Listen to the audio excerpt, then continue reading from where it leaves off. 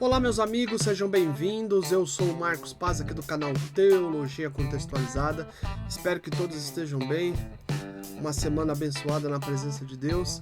Estamos gravando aí vários vídeos acerca do período interbíblico, é uma série de 8 vídeos com conteúdo bem expressivo, espero que você possa estar acompanhando, porque é uma sequência. Obviamente você tem percebido que são vídeos longos, né? Entre 40 minutos a 1 hora aproximadamente. Também sei que esse tipo de ensino, ele tem suas particularidades e por isso que a gente gasta um tempo grande para que você possa ter uma compreensão maior desse período interbíblico, tá certo? Eu sei que no contexto brasileiro as pessoas não estão acostumadas com vídeos um pouco longos, principalmente no YouTube, que é uma rede social que tem por prática vídeos mais curtos, no máximo 15 minutos, enfim. É porque o YouTube ele tem muito entretenimento. Eu utilizo o canal do YouTube como uma área de educação teológica. E na educação teológica, você tem alguns pontos que é diferente de entretenimento. Então, você que tem acompanhado o canal, eu quero que você possa virar essa chave também aí na sua mente, tá certo? A gente brasileiro, a gente não está acostumado com isso, com ensino teológico, pelo YouTube. YouTube, você tem vários influencers na área teológica aí, como expressividade, muita gente boa, e eu quero cooperar juntamente com essa gente boa aí no entendimento e na compreensão dos ensinos que envolve as ramificações teológicas. O canal ele visa exposições bíblicas e, ao mesmo tempo, exposições na teologia bíblica, histórica, sistemática e prática. Você que tem acompanhado o canal, eu quero te agradecer pelo seu like, pelo seu comentário, e eu quero que você possa compartilhar com mais pessoas. Vamos fazer esse canal crescer de forma exponencial, porque quem ganha somos todos nós, né? Tenho me dedicado aí a fazer esses vídeos com conteúdo que possa consolidar a sua fé. Geralmente eu tiro sábados para poder subir no canal do YouTube os vídeos que a gente vai desenvolvendo. O labor teológico, para quem não tem ideia, dá muito trabalho. Trabalho de reflexão, trabalho de pesquisa, trabalho de análise contextual de textos bíblicos, avaliação de pensadores na área da teologia.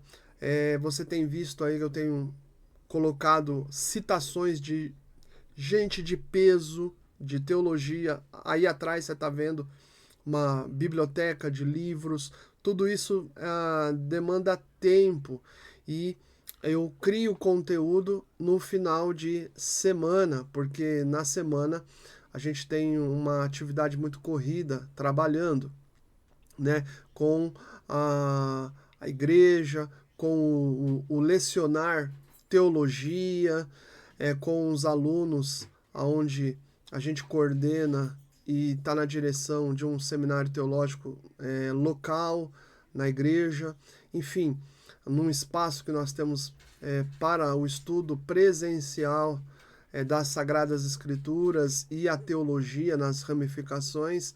Então, você tem uma demanda grande. Então, por isso eu gravo e faço vídeos com conteúdo consistente para que você que não tem acesso, poder aquisitivo, para frequentar um seminário, um instituto, enfim, você possa aí ser edificado e ter um conteúdo relevante e de peso para o seu desenvolvimento, não apenas acadêmico, mas de fé.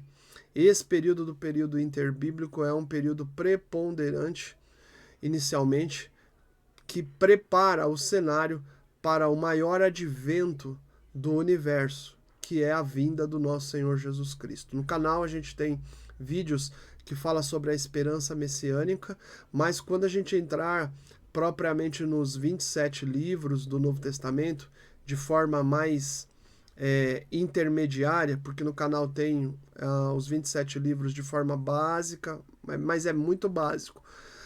Eu resolvi então compartilhar algumas questões aí mais intermediárias com vocês, para que vocês possam de verdade aí conhecer o Novo Testamento. O Novo Testamento, a nova aliança que Deus preparou para a humanidade. Então, o período interbíblico ele tem todo um significado. Sem mais delongas, vamos para o vídeo. Nós vamos falar de um período específico agora, do período interbíblico, que é o período grego-macedônio, tá bom? Para quem está chegando agora no canal, o período interbíblico também ele é chamado de intertestamentário. Eu explico isso em vídeos anteriores, tá? Essa aqui já é uma outra parte do período interbíblico, né?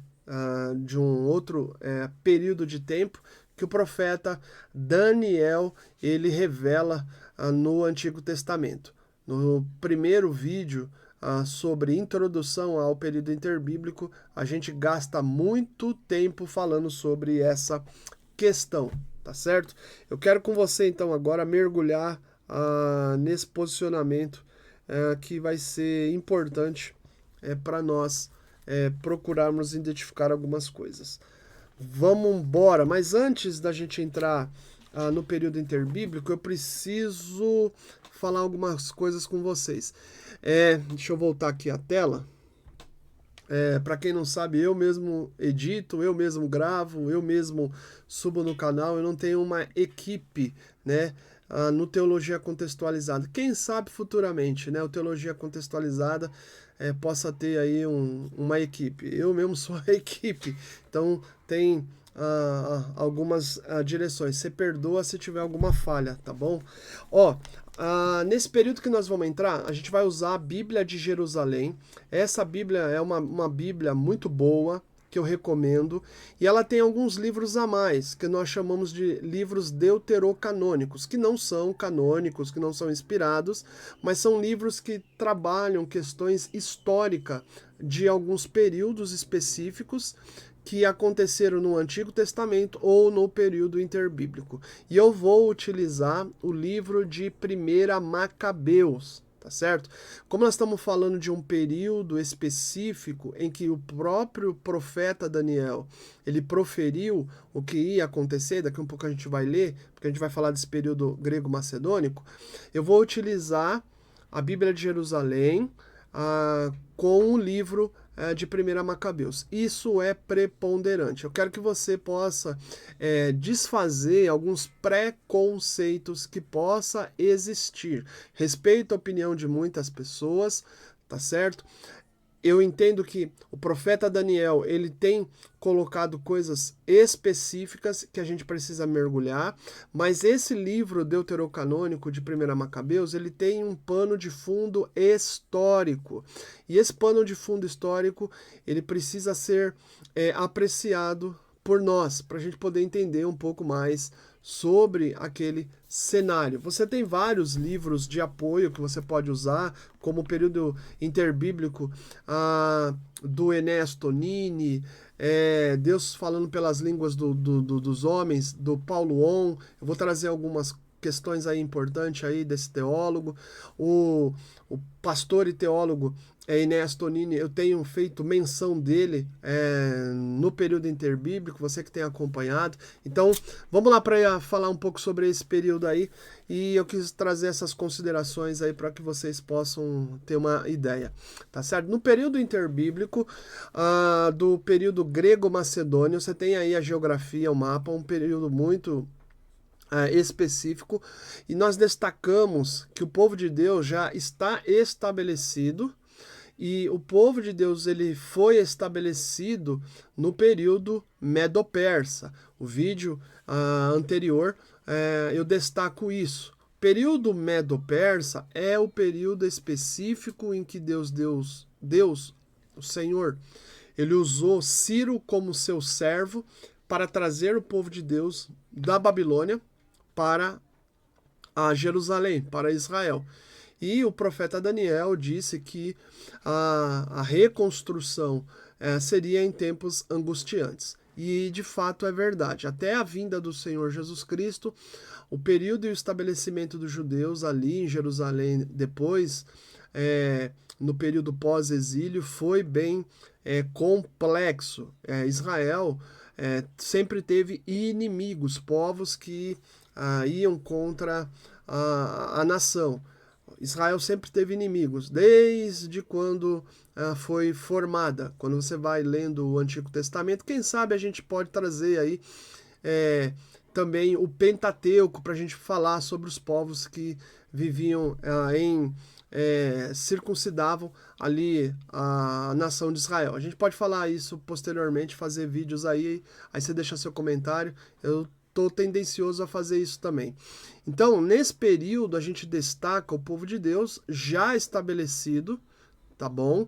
Os Medo-Persas passaram e aí surge um novo império, o Império Grego-Macedônio, um império também que tem alguns processos específicos.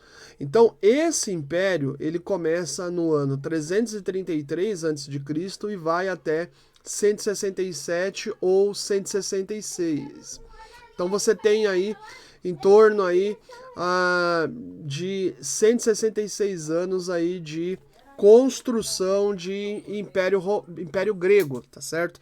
É um império bastante extensivo. Você está percebendo aí, dentro desse contexto que nós estamos explicando para vocês, de 166 anos. Tem alguns historiadores que colocam aí 167 anos, pelo fato de ser 166. Falar de data é bem específico, é bem complexo, então a gente trabalha com probabilidade. Então eu estou colocando para vocês mais ou menos 333 ao ano 167 a.C. Então, durante um período de 166 anos de Império Grego Macedônio, surgiu de forma avassaladora. Você tem no livro de Daniel, capítulo 2, versículo 39, capítulo 7, versículo 6, capítulo 8, versículo 5 a 8 e versículo 21 a 22, o profeta Daniel fazendo menção desse império. Então, conforme as escrituras, após o Império Medo-Persa, você tem o surgimento do Império Grego entre as nações, aonde os povos serão conquistados por Alexandre o Grande, e aí vai acontecer alguns desdobramentos. Eu vou ler Daniel, capítulo 2, versículo 39, e os demais capítulos, para que você possa ter na sua mente o que o profeta Daniel está profetizando. O que eu quero trazer com isso com você?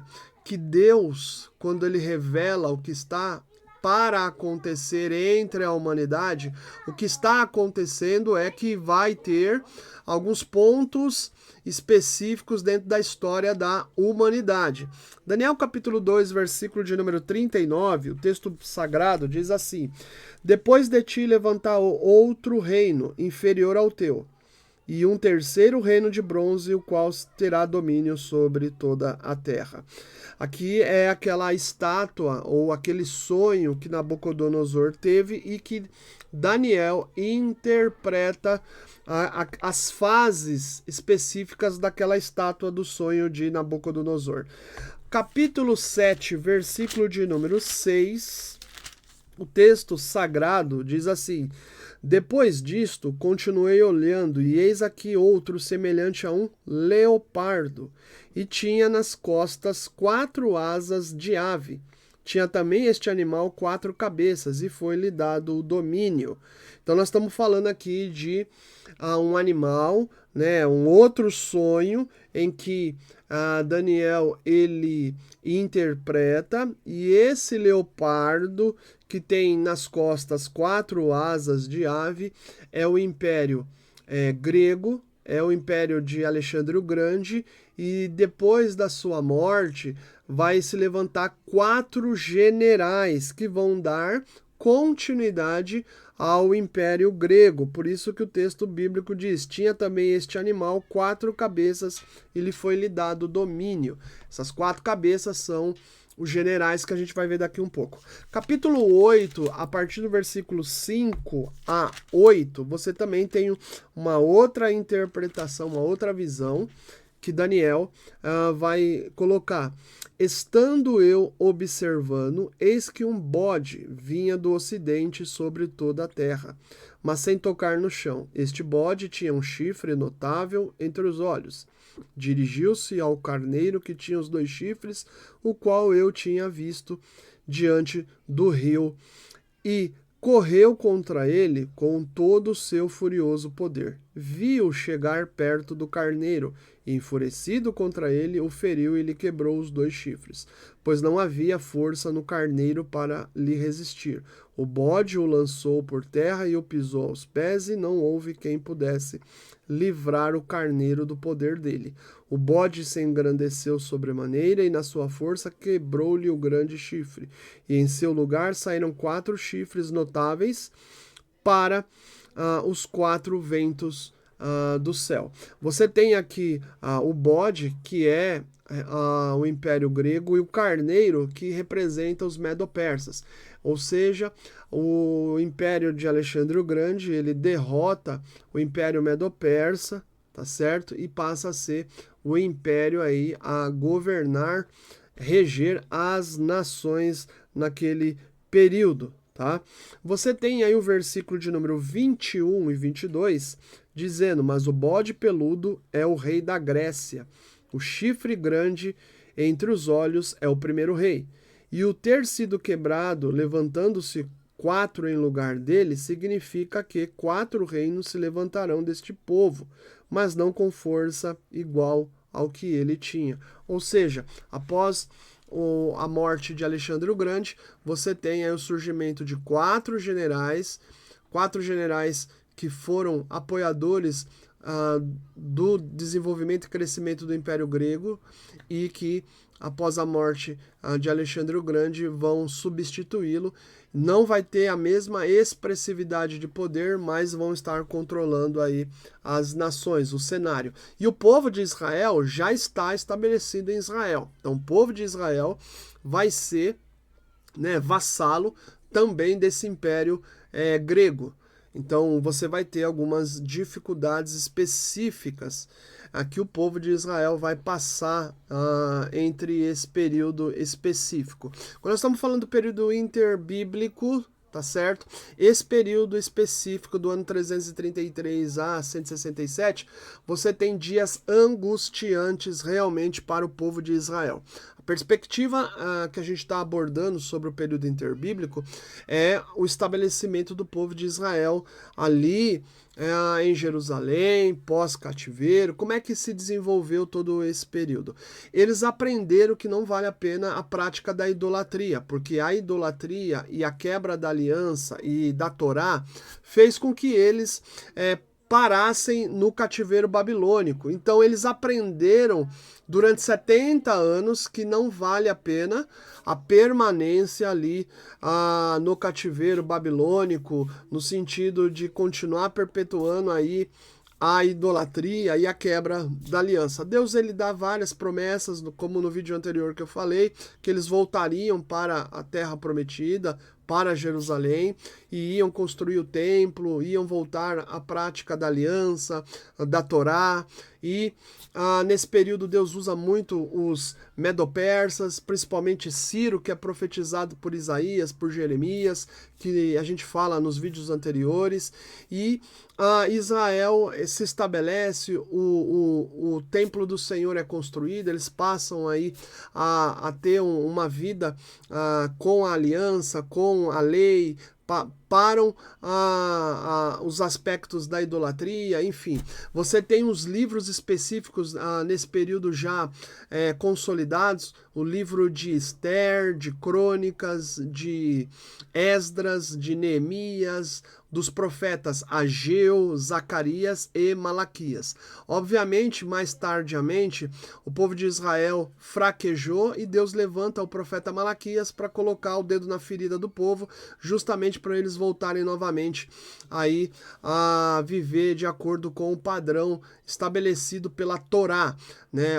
As leis morais, que seriam os 10 mandamentos, a lei civil, a lei cerimonial, a lei das festas, tudo com o intuito de parametrizar a vida social para que não seja um caos. Então o livro de Malaquias, ele é o último livro a ser escrito do Antigo Testamento e está ainda no período medo-persa. A partir de que o Império Grego, com Alexandre o Grande, ele começa a conquistar as terras e vencer o Império Medo-Persa, o que vai acontecer? Vai acontecer o que nós chamamos de um período em que não há mais profecia dada por Deus. Esse período específico do Império Grego até a vinda de Cristo Jesus no Império Romano, você tem um silêncio de 400 anos. Não tem mais profecia alguma acerca dos desdobramentos da fé. O que você tem nesse período de 400 anos de silêncio de profecia é movimentações políticas acontecendo, movimentos históricos, socio-religiosos acontecendo, em que nós vamos nos ater dentro desse período aí grego e passando pelos 4 generais e depois passando pelo período de conflito em que houve com os macabeus ou os hasmoneus e depois o período do Império Romano, que é o preponderante aí desses 400 anos de silêncio de profecia. Então, você tem aí dentro do período grego-macedônio o livro de 1 Macabeus, capítulo 1, versículo 1 a 9. O livro de 1 Macabeus, como eu disse anteriormente, é um livro deuterocanônico, e para isso eu estou usando a Bíblia de Jerusalém, e essa Bíblia de Jerusalém ela tem alguns livros a mais que os livros canônicos, seja do Antigo Testamento ou do Novo Testamento. A Bíblia de Jerusalém ele é muito utilizado pelo movimento católico apostólico romano, mas isso não significa que não tenha nos livros deuterocanônicos alguns pontos elementares históricos. E eu vou ler para vocês 1 Macabeus, capítulo 1, do versículo 1 a 9, sobre o processo, obviamente de forma resumida, pois o livro ele apresenta essa síntese desse processo de instalação de Alexandre o Grande e também do helenismo. O helenismo o que significa? O helenismo significa a cultura helênica, a cultura dos gregos. A cultura dos gregos ela é muito rica. Ela é rica em arquitetura, ela é rica nas artes, ela é rica na filosofia, na educação, ela é rica em algumas questões, mas também dentro da instalação da cultura helênica, você tem Alexandre o Grande, também dentro da conquista dele dos povos daquela época, entre o ano 333 a 167, ele trazendo toda a espiritualidade dos gregos. Você sabe, eu acho que você já estudou pontos que fala da mitologia grega, né, dos deuses gregos.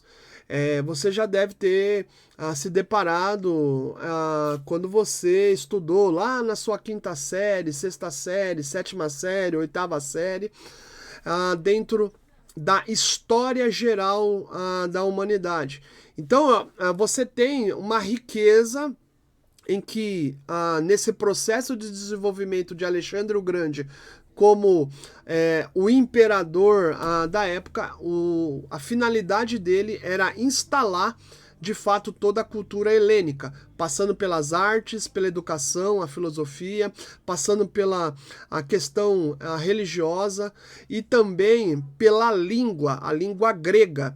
Ele espalhou a língua grega, que ela foi preponderante para o desenvolvimento do cânon do Novo Testamento.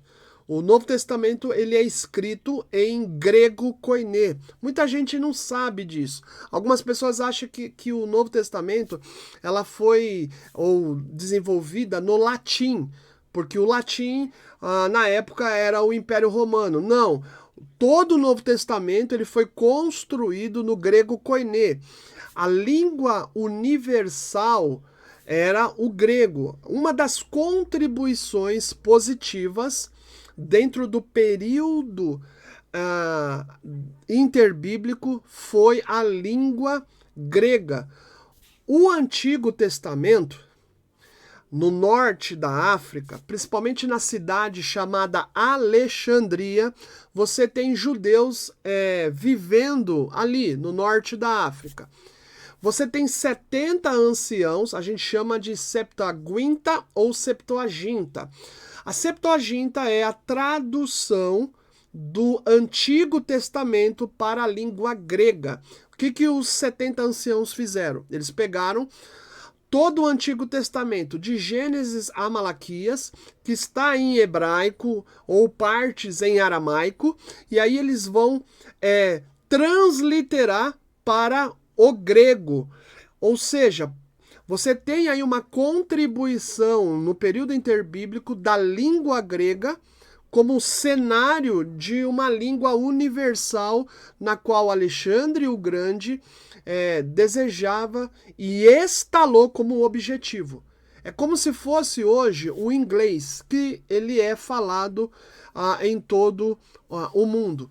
Em 1 Macabeus, capítulo 1, versículo de 1 a 9, é interessante que você saiba disso, porque isso tem um peso muito grande quando Jesus ele nasce, quando nasce João Batista.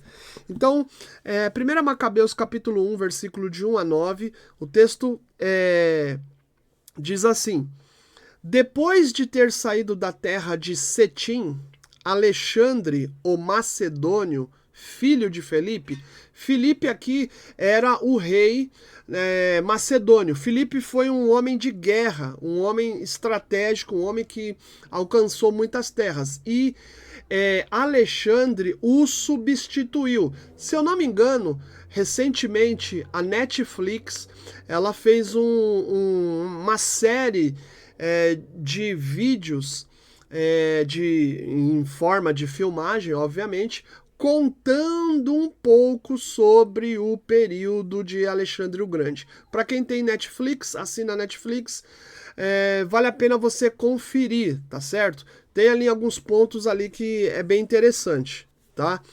Então, ele é filho de Filipe, o macedônio, que já tinha dominado a Elade e venceu Dário, rei dos persas e dos medas, e tornou-se rei em seu lugar.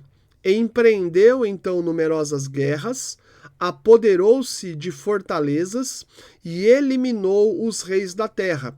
Avançou até as extremidades do mundo e tomou os despojos de uma multidão de povos.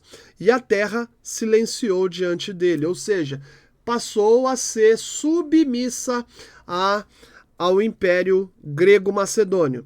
Assim, exaltado, seu coração se elevou e recrutou um exército sobremaneira poderoso, submetendo províncias, nações e soberanos, que se tornaram seus tributários, ou seja, ele colocou impostos às terras, os povos conquistados e tornou-se um império de muita pujança. Versículo 5, depois disso, tudo, caiu doente e percebeu que ia morrer. A gente não sabe que tipo de doença Alexandre o Grande teve. Tem muita gente que traz muitas especulações. Algumas pessoas colocam algumas situações. Até no documentário da Netflix, eles também não colocam que tipo de doença é. Não dá para dizer. Enfim. Versículo 6. Convocou então seus oficiais, os nobres que tinham com ele convivido desde a mocidade, e estando ainda em vida, repartiu ele o reino. O reino foi dividido entre 4 generais, que a gente vai ver daqui um pouco. Alexandre havia reinado por 12 anos quando morreu. Seus oficiais tomaram o poder, cada qual no lugar que lhe coube. Todos cingiram o diadema após a sua morte, e depois dele seus filhos durante muitos anos, e multiplicaram os males sobre a terra. Então, depois da partida de Alexandre o Grande ele foi um grande estadista, foi um homem de guerra, um homem que conquistou muitas coisas, mas um estadista. Um estadista é um cara que sabe como planejar, sabe como arquitetar a arte da guerra, a arte da oratória, sabe como subjugar os povos, sabe como fazer acordos políticos, enfim. Foi um grande estadista. Após a morte dele, os seus generais tomaram o seu lugar e houve alguns conflitos de uma magnitude bem complicada. Você está percebendo que aquilo que a Bíblia Sagrada, no livro de Daniel, que a gente leu, capítulo 2, capítulo 5, capítulo 8, capítulo 7, enfim, se cumpriu. Então, a palavra de Deus que foi dada no período medo-persa, no período babilônico, aonde Daniel estava, e depois Daniel também passou pelo período medo-persa, você tem aí a profecia que foi dada a Daniel se cumprindo, ou seja, a palavra que Deus profere não cai por terra. A palavra de Deus é verdade. A palavra de Deus, quando é dita, ela vai se cumprir no período específico. Então, a profecia, ela é interessante, talvez você nem saiba disso. O oráculo, dentro do Antigo Testamento, oráculo também significa profecia. A profecia, ela pode se cumprir no presente, mas ela também pode se cumprir no futuro. Então, no presente de Daniel é orientado por Deus, recebe essa revelação de Deus. Daniel não viu isso acontecer, já era velhinho, né? Já era um senhor de idade, mas os contemporâneos de Daniel que voltaram para Israel, para Jerusalém, obviamente os seus descendentes viram isso acontecer. Então a profecia de Deus, ela se cumpre cabalmente. Então eu quero fazer aqui uma contextualização com você. Tudo aquilo que Deus diz na sua palavra está acontecendo. Embora os homens da nossa sociedade contemporânea, eles não aceitem, eles não creem, porque existe um ateísmo profundo nos dias atuais, mesmo com um índice alto de ateísmo, isso não invalida a palavra de Deus proferida. Nós estamos pegando aqui fatos históricos específicos da palavra de Deus ocorrendo. Você tem também, dentro do contexto dos estudiosos, dos acadêmicos, daqueles que estudam com profundidade períodos históricos de grande relevância, como é esse período, os judeus, eles recebendo Alexandre o Grande num cerimonial. É interessante isso. Nesse cerimonial, o sumo sacerdote daquela época, ele recebe, por meio de sonhos, uma instrução divina. Na cultura israelita, na cultura do povo judeu, é muito comum Deus falar com eles também a partir de sonhos. Os meios ou os mecanismos de Deus se comunicar são variados. Eu sei que existem pontos atuais no tempo nosso de pessoas que não acreditam nessas questões. Contudo, eu estou trazendo para vocês alguns elementos históricos porque esse sumo sacerdote, ele recebe essa instrução para abrir as portas da cidade de Jerusalém, e é na cidade de Jerusalém, no templo de Zorobabel, no templo de Zorobabel, no templo do Senhor, no período que Zorobabel foi governador, é nesse período que o templo já está reconstruído. Zorobabel já tinha morrido, Jesua como sumo sacerdote já tinha morrido, Ageu já tinha morrido, Zacarias já tinha morrido, Malaquias já tinha morrido, Neemias, Esdras, toda essa geração já tinha passado, mas o templo do Senhor, que foi construído no período de Zorobabel e Jesua, estava de pé. Então os descendentes dessa geração, e esse sumo sacerdote, ele tem esse sonho, ele abre as portas de Jerusalém e ele adorna ali e ele vai fazer sacrifícios a Deus, prescritos na lei cerimonial. Para quem não sabe, a lei cerimonial é o livro específico onde você tem Deus dando instruções para Moisés e também para Arão, que é o sumo sacerdote, que vem da tribo de Levi, de como eles devem praticar os atos de adoração a Deus. Se você quer entender um pouquinho mais sobre a questão cerimonial de adoração, de sacrifícios e etc., o livro específico é o livro de Levítico, que está no Pentateuco ou na Torá, como os judeus gostam de falar. Pentateuco na nossa linguagem protestante. Então, trazendo esses elementos para vocês, ele adorna a cidade e ele vai celebrar diante de Deus um sacrifício. E aí colocam as pessoas de branco, vestidos a caráter. É muito comum dentro da cultura israelita, no período que eles desenvolvem sacrifícios a Deus, eles estão vestidos de forma adequada. É um cerimonial em temor e tremor a Deus, em reverência a Deus, em amor a Deus. Então eles estão vestidos a caráter, porque são momentos específicos que também devem toda a honra, né, louvor e glória a Deus.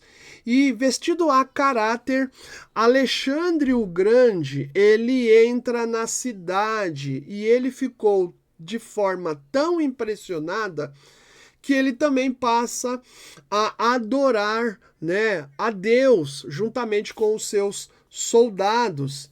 E dentro desse contexto, os judeus estão adorando a Deus, estão reverenciando a Deus, e quando Alexandre está dentro da cidade, vendo tudo aquilo, ele baixa a cabeça em sinal de adoração ao Deus vivo, em sinal, talvez não entendendo nada do que está acontecendo, embora na Grécia eles também têm práticas de sacrifícios, é diferente do povo israelita, tá certo? Mas interpelado pelos seus soldados gregos. Por que ele fazia aquilo, né?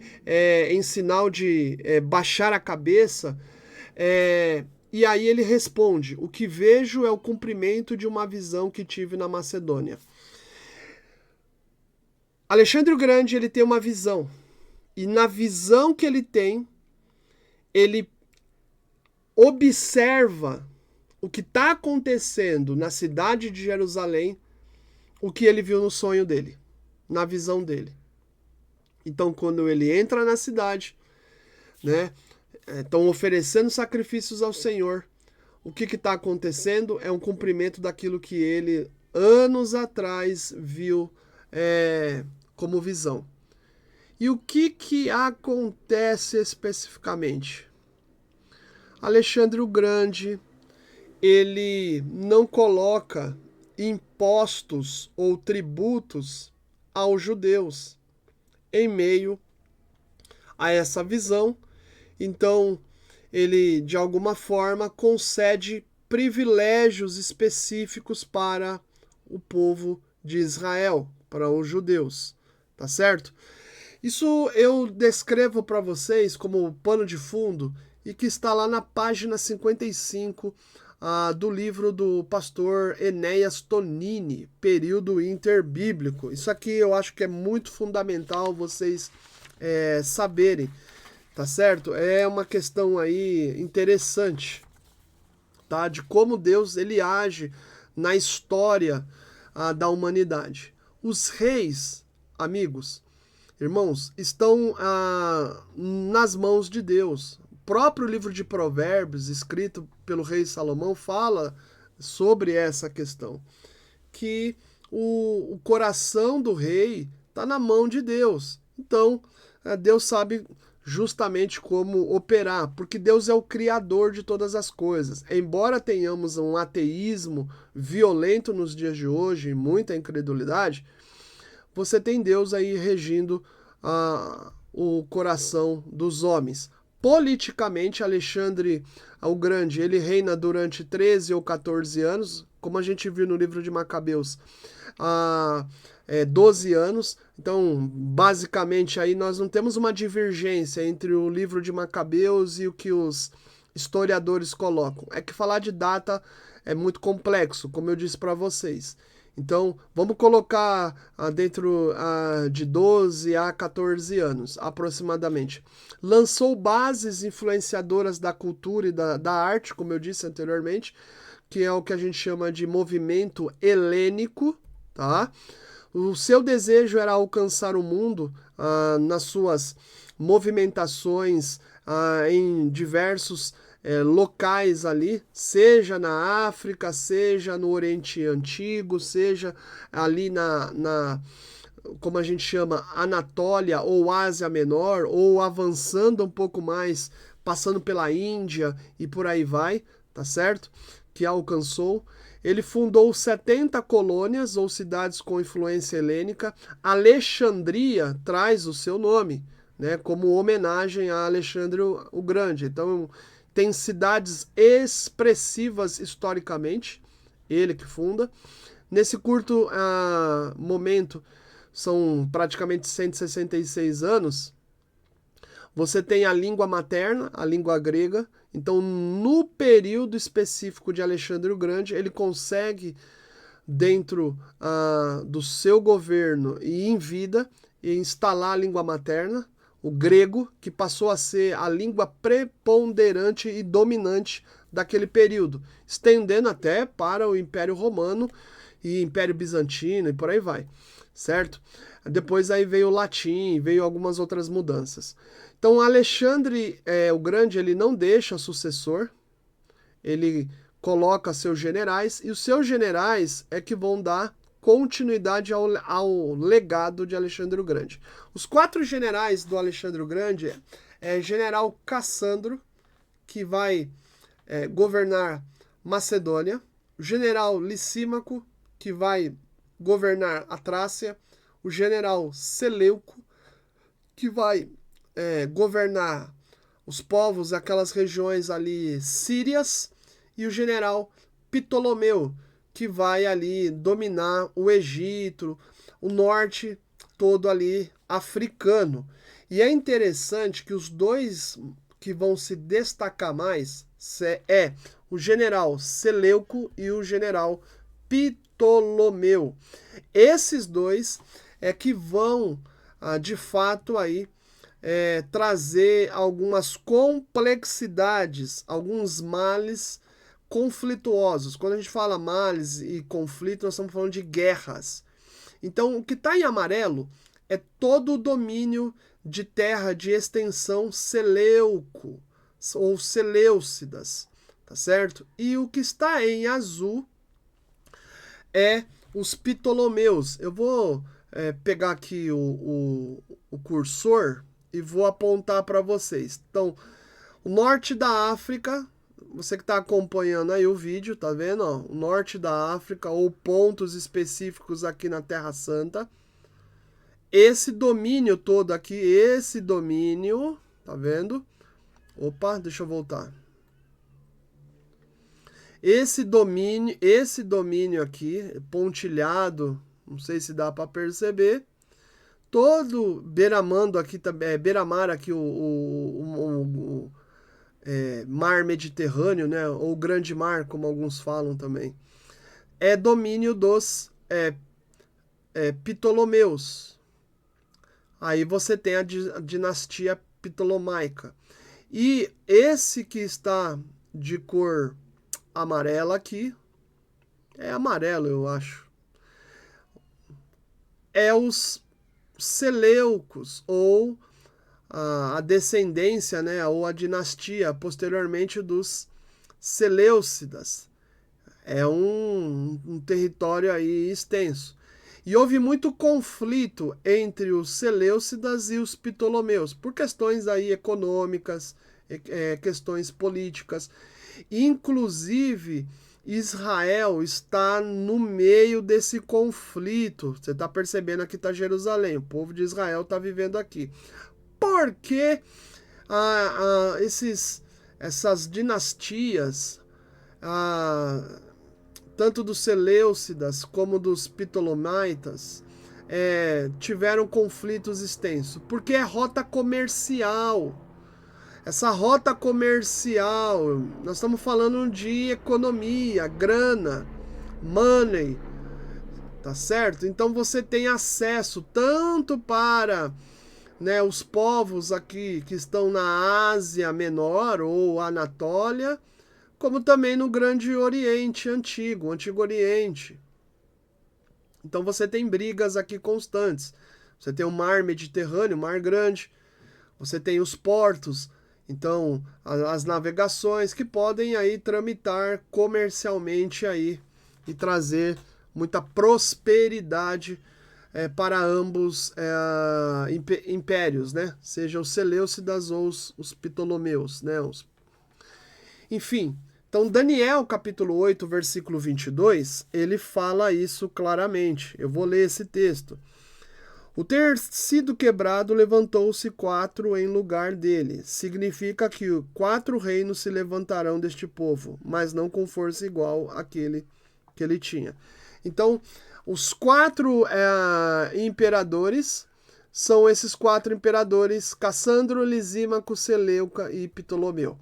E desses 4 que se levantaram após a morte de Alexandre o Grande, que Deus revelou a Daniel, mais uma vez eu digo para vocês, a palavra de Deus não cai por terra. O que Deus diz está acontecendo na linha histórica da humanidade, ou como alguns gostam de dizer, na timeline da história. Então a gente destaca que os judeus nesse período histórico que a gente está falando, eles estão em meio a essas guerras, seja dos sírios ou dos egípcios, Seleucidas ou Ptolomeus. Estamos falando de dinastias. Então a Palestina ela sofria graves consequências. Ora, a Palestina, no período específico dos judeus, você tem eles como vassalos dos Ptolomeus, ora vassalos dos sírios. Nós estamos falando aí de rota comercial, nós estamos falando de questões específicas. A Terra Santa sempre foi palco aí de interesse de povos, tá certo? Então, grandes lutas e foi muito sofrimento aí dentro desse período histórico aí que nós estamos trabalhando. Você tem, dentro do período grego-macedônio, que a gente já leu, Daniel 2:39, capítulo 7, versículo 6, capítulo 8, versículo 5 a 8 e versículo 21 e 22. Posteriormente, Alexandre o Grande, mais os seus generais, foram vencidos, tá certo? Depois da morte de Alexandre o Grande e de tantos desenvolvimentos históricos que esses generais tiveram, Cassandro e Lisímaco não tiveram tanta expressividade como foi o Seleuco e o Ptolomeu e a dinastia de ambos. Posteriormente, você tem aí o Império Romano se levantando de forma excepcional, e aí a partir de então os romanos vão passar a dominar esse período, tá certo? A gente vai falar ainda mais um pouco dos conflitos em que houve no período Seleuco e no período de Ptolomeu. Todo esse estudo ele está baseado nessa bibliografia que eu deixo para vocês acompanhar, tá certo? Introdução aos Evangelhos do Craig Blomberg, eu aconselho você comprar essa introdução, uma introdução muito boa. A introdução do Novo Testamento, do D.A. Carson, do Douglas Moo e do Leon Morris, muito boa. Também o Panorama do Novo Testamento, do Gundry, excelente obra. O livro do período interbíblico do pastor Enéas Tonini, esse livro você tem que comprar. Ele é um livro pequeno, da editora Ragnus, eu acho que eles ainda devem editar esse livro. Se tiver, compra em vista. Panorama do Novo Testamento, do Bob Huntley, que também é um compêndio muito interessante. Ele é um pouquinho mais resumido, mas é bom você ter também. Você tem um outro livro espetacular do Tenney, do Merrill C. Tenney. É muito bom esse livro.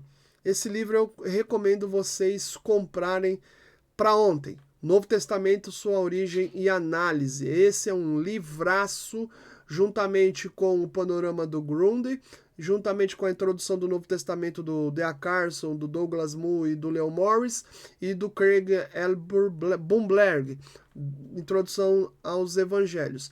Você tendo esses livros vai te fazer uma diferença grande. E tem um livro um pouquinho menor, que também não menos interessante, mas também que vale a pena você ter, O Mundo do Novo Testamento, do J.I. Packer, um baita de um teólogo, de um pastor excepcional. Seus livros são muito bons, com uma linguagem muito boa. O Tenney, eu nem tenho o que falar, porque ele é um teólogo de mão cheia, juntamente com o William Wright Jr. Então eles têm uma composição desse livro, O Mundo do Novo Testamento. Eu aconselho a você poder aí mergulhar no horizonte desses livros, que vai te ajudar a compreender um pouco mais sobre o Novo Testamento. O que eu estou passando para vocês é de forma bem clara, objetiva. A ideia nossa aqui não é aprofundar no período específico de fatos históricos. Eu estou trazendo para você uma síntese, um resumo com detalhes interessantes aí desse período grego-macedônio. Porque nós estamos falando de 166 anos, são 166 anos de muita coisa. É claro que, para quem gosta de história, a história ela tem que ser degustada com calma, né? E aí, quem sabe a gente pode fazer vídeos que trabalham sobre o desenvolvimento da história. A ideia do canal é você passar pelas ramificações teológicas. A gente utilizou na aula de hoje a teologia bíblica, então a gente pegou textos bíblicos, e a teologia histórica. A gente trouxe aqui o livro de Macabeus, e eu trabalhei com vocês alguns pontos e fatos mais relevantes de conquista de Alexandre o Grande. Obviamente você pode aí procurar livros de história geral, porque livros de história geral tem muitos, e eu diria para você que é algo infinito, né? Tem muita coisa pensada, postulada, de vários estudiosos com suas teses. Geralmente quem faz história vai estudar, vai fazer uma pós-graduação, um mestrado ou até mesmo um doutorado. Geralmente eles vão escrever livros, né, de pesquisas. Quem estuda, faz uma pós-graduação para frente, já entra nessa questão de pesquisa. Eu gosto muito também de pesquisa. Então eu estou trazendo para vocês aí uma síntese para você ter ideia de que o livro de Daniel, que é um livro canônico, que muitas vezes muita gente não presta atenção nesse livro, ele tem coisas específicas do período interbíblico e também de coisas que apontam sobre o desenvolvimento aí do povo judeu. Que Deus nos abençoe, que Deus nos dê graça para continuar estudando a palavra de Deus, porque esse período é um período interessante. Lembre-se, o destaque do período grego-macedônio é o Antigo Testamento sendo traduzido para o grego koiné pela Septuaginta,